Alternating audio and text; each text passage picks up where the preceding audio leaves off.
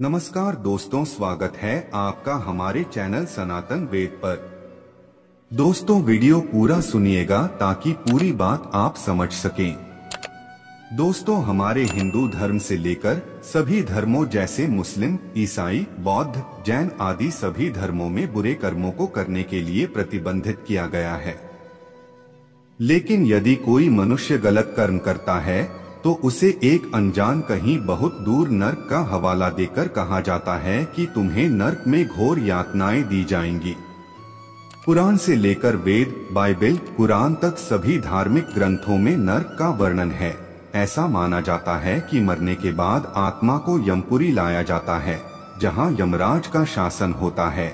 यमराज के आज्ञानुसार उस आत्मा को उसके अच्छे और बुरे कर्मों के अनुसार दंड और फल का विधान किया जाता है।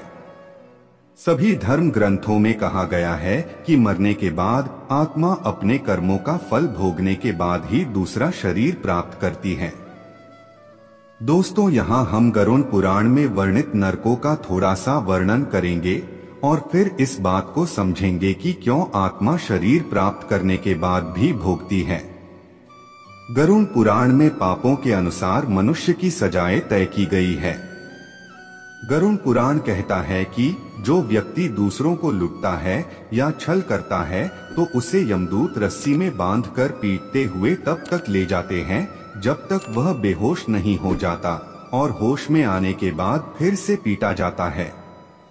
निर्दोष जीवों की हत्या करने वाले को यमदूत गर्म तेल में डालकर तब तक तलते हैं जब तक उसकी खाल न निकल जाए। गरुड़ पुराण के अनुसार जो व्यक्ति बड़े बुजुर्गों और माता पिता का अपमान करते हैं और उन्हें घर से निकाल देते हैं, ऐसे व्यक्ति को यमदूत आग के जलते भट्टी में झोंक देते हैं। जो व्यक्ति जानवरों के मांस को खाते हैं उनके लिए भयानक दंड का विधान है।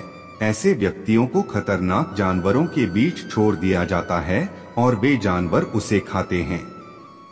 किसी पराई स्त्री या शादी से पहले किसी स्त्री से किया गया संभोग स्त्री और पुरुष दोनों को नर्क में ले जाती है। ऐसे स्त्री और पुरुष को मल मूत्र से भरे कुएं में डाल दिया जाता है। तो दोस्तों, अब हमारे मन में यही सवाल है कि अगर मृत्यु के बाद नर्क में इसी प्रकार की सजाएं दे दिए जाते हैं तो शरीर में होते हुए मनुष्य से लेकर जीव जंतु तक क्यों दुख और सुख भोगते हैं। दोस्तों, ये बात तो हम अक्सर सुनते रहते हैं कि अमुक व्यक्ति का कर्म बड़ा अच्छा था इसलिए वह ऐसी पद और प्रतिष्ठा प्राप्त किया है, और अमुक व्यक्ति अपने बुरे कर्मों के कारण ही नर्क भोगता है। दोस्तों, अगर कर्म का फल यमपुरी में ही दे दिया जाता है तो क्यों 84 लाख योनियां बनी? तो फिर कर्म के अनुसार जन्म की बात क्यों किया जाता है? ऐसा क्यों कहा जाता है कि गलत कर्म करने से जानवरों की योनि प्राप्त होती है? दोस्तों, कर्म के अनुसार दंड का यह विधान केवल हिंदू धर्म में ही नहीं बल्कि विश्व के सभी धर्मों में दिया गया है।